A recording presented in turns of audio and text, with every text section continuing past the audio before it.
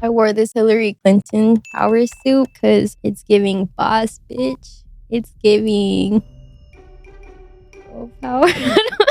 Why do I play so damn much? Hey, but I do look cute though.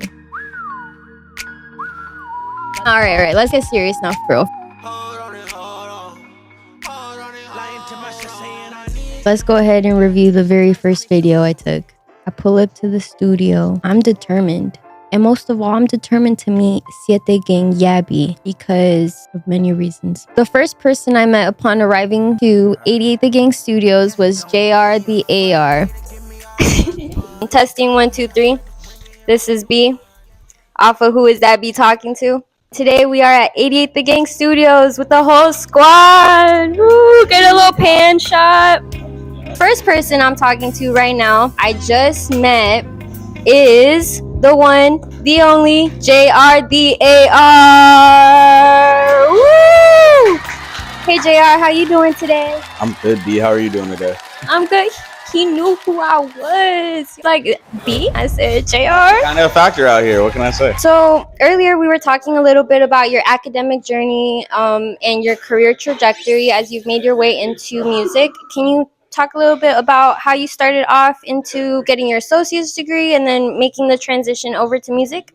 Oh, yeah, for sure. So I actually grew up in a group home like 5-6 blocks away from where we are right now in downtown San Diego. After that, I transitioned over to Mesa College and I started going for journalism. But at that point, all the classes I was taking, I didn't feel like I was actually learning much of anything. So I transitioned to business administration. And yeah, honestly, that was one of the best decisions I ever made. It helped me learn how to establish an LLC or a C Corp, helped me learn how to file my taxes, just like fundamentals to being a boss. You know what I mean?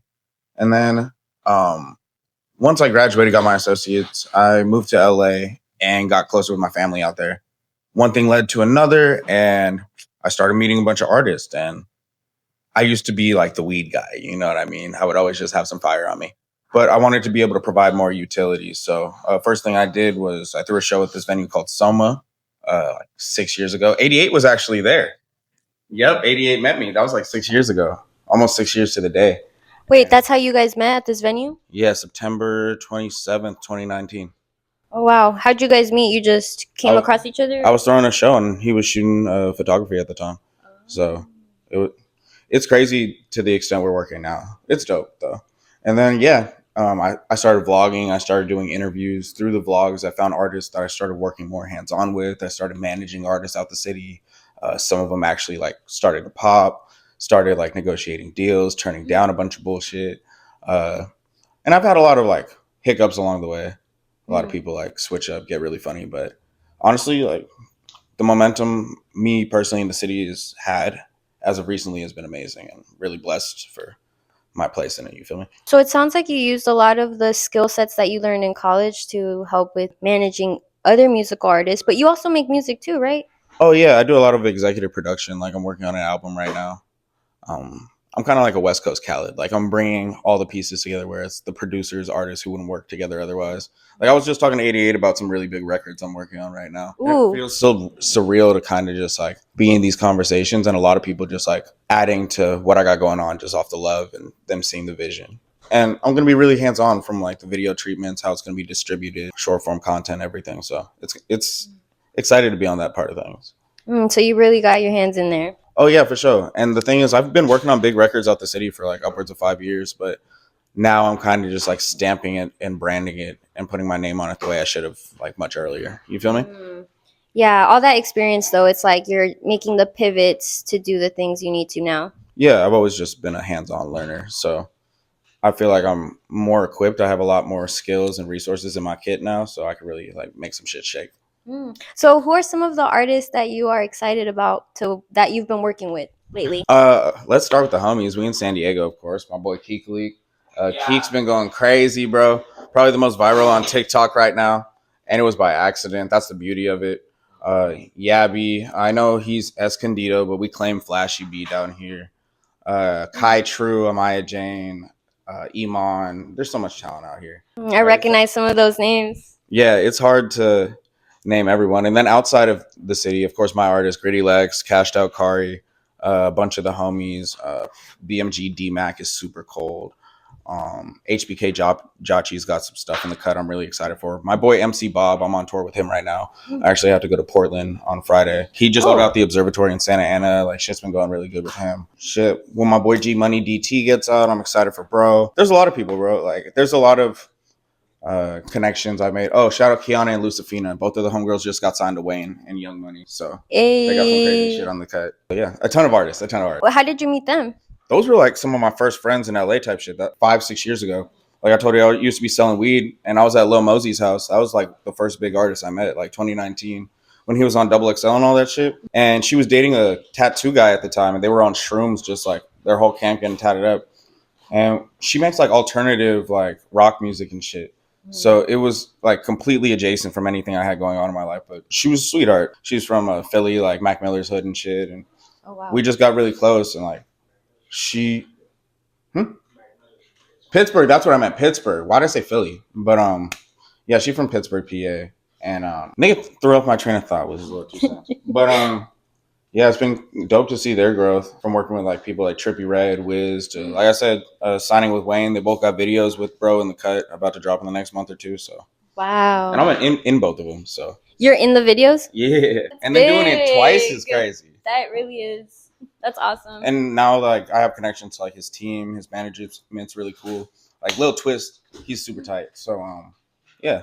Wow, you're building all sorts of connections. I'm just trying to bring it back home. At the end of the day, like 88's known this since the jump. Like Mill Shots too, my cameraman, wherever he is right there. Like I've always just been trying to get all these resources so I can bring them back to San Diego and vice versa. So when I'm in like fucking Chief Keef studio or something, I can be like, yo, have you heard of this guy named SieteGang Yabbie? Like, bro, you need to hear this fucking Don't G Afraid. This shit's slapping right now. I love that song. That nigga can hit a different frequency. It takes a different breed to make his own language. So nah, him and Keek for real. Fuck numbers, like Keek and Yabi are the most impactful at the city.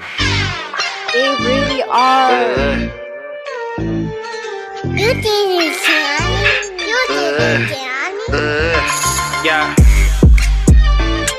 Like, especially seeing how they went word for word for his songs when he wasn't there at Chef Fest was a sight to behold. And Yabi killed it. That was one of his best shows I've ever seen him do. No, I believe it for. Oh my God, there he is. How you doing?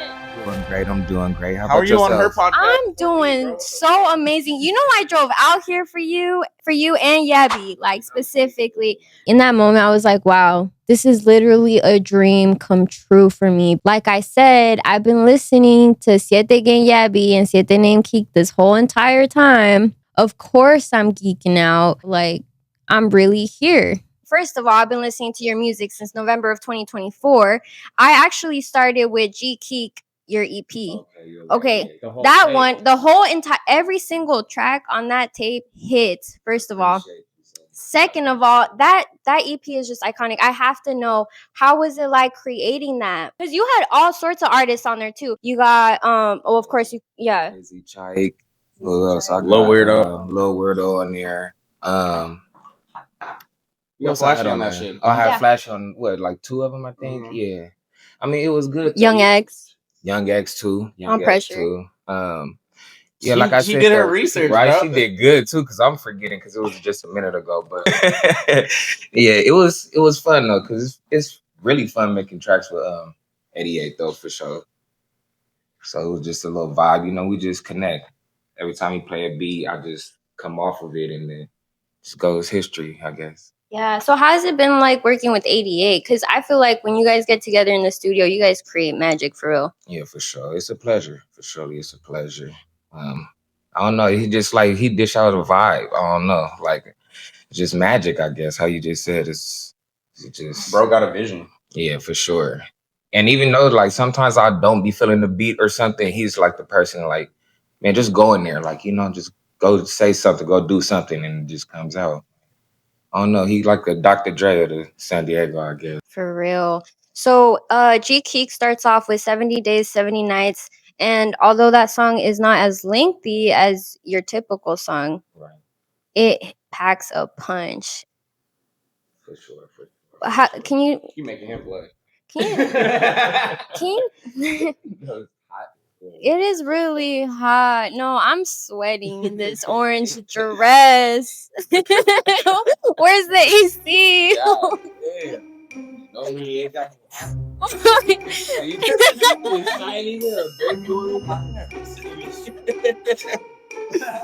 Oh my god. 70 days and 70 nights. Yeah, what how'd that title come about?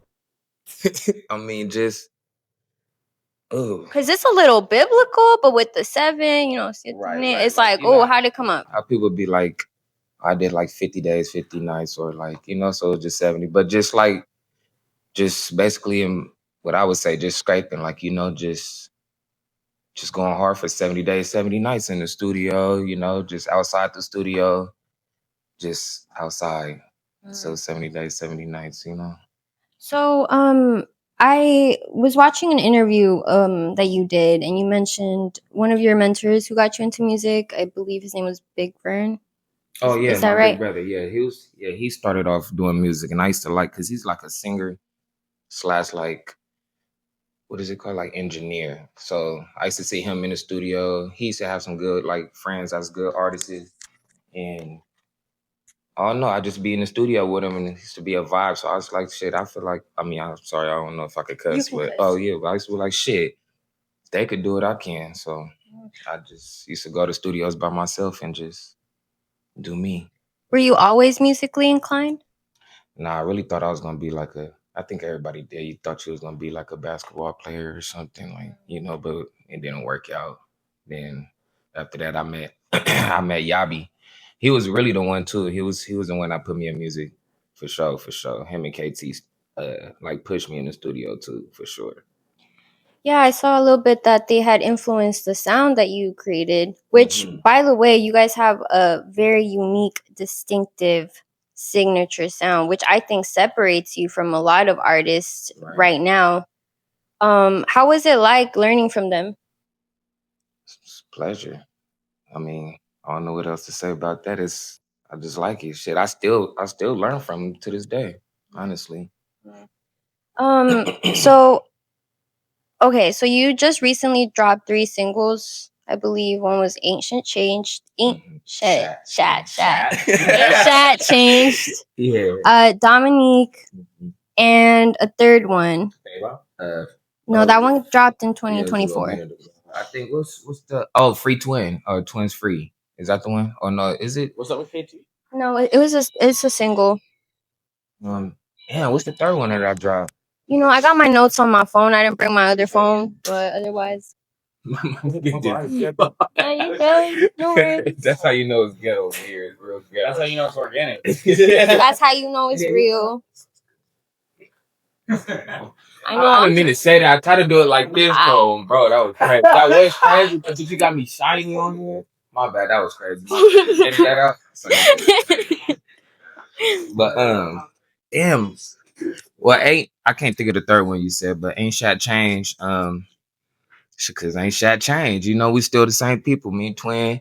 Shout out GL2, you feel me? And G Squeeze, they on there, and shit. Ain't nothing changed. The years been passing. We still ain't nothing changed about us. You know, we still the same seven twins, the same G gang, the same thing. Ain't nothing changed. Dominique. The gang go.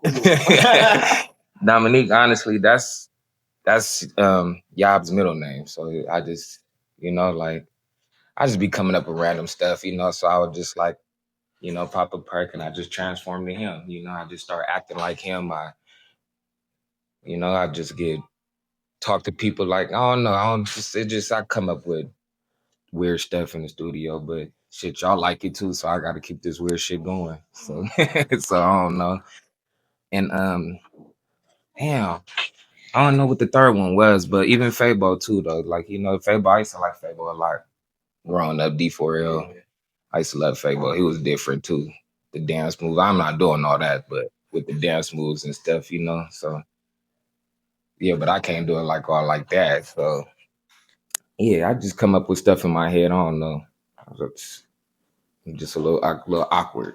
I say It's what brings your uniqueness Right, and I your should be sound, very though. unique. Yeah, and you can tell it's real and authentic, and you just letting go and letting it flow. Right, exactly, 100%. So I know you're performing tonight, right?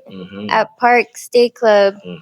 Are you excited to perform at this venue in your hometown? For sure, especially for Mozzie too, because I still do. I listen to Mozzie. Big fan of Mozzie. And it's a pleasure to open up for him. You know, me and my twin, because we both listen to him.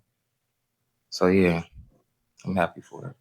Yeah, I'm excited to see your performance. Thank you so much. And I can't wait to hear more from you and just see you continuing to evolve and grow as an artist. And you got fans in Vegas. I be putting everybody on to you guys. Thank you so much. Thank you so much. This is Who Is That Be talking to, and today I talked to JRtheAR and SIETENAME Keek. Yes, those kids. I'm so sorry. I'm Like, comment, subscribe, all that, man. Yeah, what they said. So before we head out, here comes San Diego's very own princess, Amaya Jane. I was like, oh, this is B. And right now I'm sitting right next to San Diego's very own princess, Amaya Jane. Hey, y'all.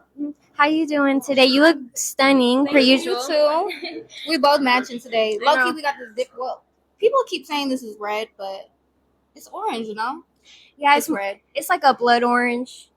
People keep saying it's red, and I'm like, it's orange. But we matching today. Yep. Yeah. It was destined in the universe. So, Amaya, tell us a little bit about what got you into music. Like, what got you here today? So I always been drawn to music since I was a child, but I didn't start like making raps till I was like in high school because I did it as for fun with my cousin. Then I got out of high school, started recording in like 2022. I met 88 in like 2023, and then since then I kind of just been like consistent. 2022, like I started, but then I took a break, didn't really believe in it, and then 2023 I came back, and then I'm here now, still Nice. consistent. So, what was it like to start this new career, like literally post COVID? I think it was meant to happen that way because COVID happened. When COVID happened, like it was like destruction. Like I had to like literally die and rebirth like spiritually. So I feel like when that happened, I really found out, okay, this is what I like, this is what I don't like. I stopped doing certain things like business wise, like, and then I figured out I like music. So I feel like it was all meant to happen that way. Yeah. So, who are some of your strongest musical influences? Okay, female rap wise, Yes. Nicki Minaj. JR already know I'm a barb. But yeah, Nicki Minaj for sure, just because she confident as fuck in every aspect of her life, and yeah, she's just like the hardest female rapper. So Do you have a favorite male rapper? I have like multiple. Like Young Thug was a big one for me in high school. Young Boy, Lil Durk, Kodak, which I just met Kodak. Shout out to Kodak. He was fire as fuck to meet in person. Wait, what was it like meeting Kodak? It was fun. It was his birthday, so it was fun. Like to me, it was like on some spontaneous shit. So it was like, what the fuck? I'm really here. Like I didn't even really like. I don't know. It didn't sink in till I left, honestly. But yeah, it was dope because he's one of my inspirations. So it was dope as fuck. But yeah, those are like a few of my faves. Oh, Lil Durk too. I don't know if I said him or not. Lil Durk, he's hard as fuck too. Nice. But yeah. So, what's it been like for you growing up out here in San Diego? Mixed feelings. Like in high school, bitches didn't really like. I had issues with like fake friends and like fake people, but I think everybody goes through that. So I can't really say, oh, I hate my city for that, but more so like it happened for a reason, and I don't fuck with you bitches, but that doesn't have to do with my city. So, yeah. Especially when you're cute, pretty, smart, and talented. It happens. The envy is there. They be hating for real. They hate to see it. They want you to just like stay down bad, stay the same as you were in high school, and it's like, bitch, no. Y'all peaked in high school. I didn't. Period. Period. So, what are some things you're looking forward to this year? You know, we're in June of 2025. What's up and coming? So August 31st, No Label tour show in Paris. I'm gonna do this. I'm gonna open up. I think the headliner is Shorty Shorty. O3 Greedo and like a lot of other artists. There's a lot of artists performing, but that I'm excited for. After that, the next day after that, I'm going to the Philippines for a whole month and Japan.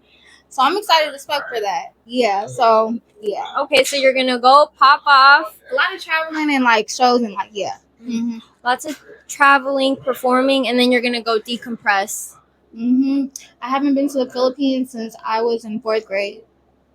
So I can finally go back to my like roots and like relax for a whole month. Like I'm excited for that. So how do you feel like your Filipina culture meshes here in San Diego? I think there's a lot of Filipinos in San Diego. Like a lot of Filipinos move out here, especially in like Mira Mesa area, Convoy area. There's a lot of Asians. So I don't really know how it meshes, but I love to meet other Filipinos out here because it's not a lot, at least that I'm around. So Yeah, I saw another interview where you were talking a little bit about your culture and how much pride you have in being Filipino and being able to represent out here. yeah. So I think the interview you were talking about maybe was with Chinatown, and I was talking about how I lived in Philippines for a while. I think they're trying to leave, but I had lived in the Philippines for a little bit, and when I moved back to San Diego, it kind of just made me more grateful for little things. Because in the Philippines, when I was like staying with my family out there, they weren't really doing well. So for me to come back to San Diego from like seeing all that, it made me like really appreciative of like all the things I did have. So yeah. I see. Well, Amaya, thank you so much for this time. I know that there's gonna we're on a time crunch, but it's been just such an honor to get to meet you. So excited to see what else is to come. Thank you so much for interviewing me. Yeah, thank you. You have to go turn up now. Yeah, for real. No, seriously. And they had a SUV pull up, take us there. It was just up the street, but still came back. I switched up the fit and I met the one, the only SieteGang Yabbie. Hello, testing 1, 2, 3. Not me starting it off with the laughter per the usual. What's up, y'all? This is B. Who is that B talking to? That B is talking to SieteGang Yabbie. Oh my God. This is not only an honor, I'm literally stoked. Like, a girl really is nervous. Yabbie, please tell us, how are you doing tonight? I'm good. I'm feeling myself, enjoying myself. We had a show at Park today. We did good. I'm kind of tired. She just almost went home. She almost said she needed some rest, but I made her do the interview. Yabbie, I saw you perform. I loved it. Earlier I was talking about how much I love your music and stuff. Can you tell us a little bit about how you started with music? Like, what was that moment when you realized music was for you? Damn, I don't really know the exact moment, but I remember the feel of it. It was just like the response and shit, like the fans and shit telling me that it's hard, keep going and shit. That's what really made me keep going and taking it serious. But I don't remember an exact moment though that I was like, I'm about to just take it serious for real. I can't lie. I've been doing it for so long now. I just feel like I've just been doing this shit. So what are some of the ways that you start coming up with the lyrics, or like how do you come about creating a project? Like, do you sit down and do writing, or does it come from the studio? Like, where do you draw your inspiration from? My inspiration and then it just come from what I've been doing for that season or the seasons of that time. So if I made a song like this summer or an album this summer, it's just gonna come from what everything I endured or everything that I went through, or. So yeah, that's just how it goes. But outside of the creative process, I just be freestyling, just punching. I don't write or nothing like that. So whatever kind of my mind, I just say that shit, make it sound cool, put it on beat. And you have quite a prolific output too. You've been putting out music for a while now. You even put out the original Jank Baby in 2020, and that's during COVID. What was that like? Yeah, that shit was crazy. I didn't know it was gonna go that crazy. I just dropped that shit with Art Baron and them, and then that shit just went crazy for real. Can you tell me a little bit about Jank Baby Foot Island with Jacob John? With that, I just had like a whole idea, whole cadence. I went to Hawaii for my birthday, and then I made like 2 tracks out there, and I like created a little cadence, a little song, a little like sound type of shit, And then when I got back, I just wish I was still in Hawaii. So I just ended up making a whole project. I just give you advice of just being on the island and shit like that, you know. He made a whole project. Nah, bro, I can tell that album is thematic. 2 p. Wait, no, was it 2? No, it's not 2 p.m. It's 2 a.m. in Hawaii. Yeah, 2 a.m. in Hawaii. Is there something that we should look forward to as listeners as to what's gonna come next for Yabi, for SieteGang Yabbie? A whole lot of singles, back-to-back singles with videos. And then outside of that, I got the Team Spirit album in the works. So, you know, I dropped my little hit single, Team Spirit, but now I got a whole album that I'm working on. We're going to call it Team Spirit with 88. All bangers, back-to-back bangers, different vibes, but just all bangers. I'm so excited for that. Hell yeah, me too.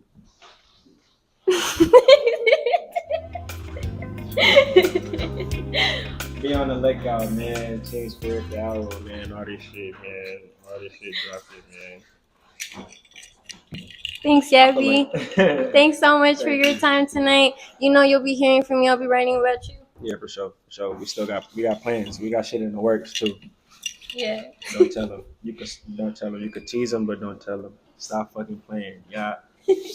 I'm so grateful for having had the opportunity, and y'all know who that beat was talking to. Also, I just realized something. I forgot about Millionaire Mindset. That's crazy. Hearing about his story was also really inspirational because he's talking about he didn't really it wasn't until he started taking his craft seriously that it started blowing up. So check him out on Instagram, Millionaire Mindset. And I'm just like, what can you do? What amazing things can happen when you start taking what you do and what you love seriously. And that's a wrap for today's episode. Thank you so much for watching. Stay tuned for more episodes. I'm trying to take this seriously. You feel me? I could start by actually writing out what I gotta write. You know, like, damn, Millionaire Mindset putting me onto some game. He said, take shit seriously, and I'm going to. Mark my words. No more games. Well, maybe little games. No more games. No more games. Stay out. Stay blessed.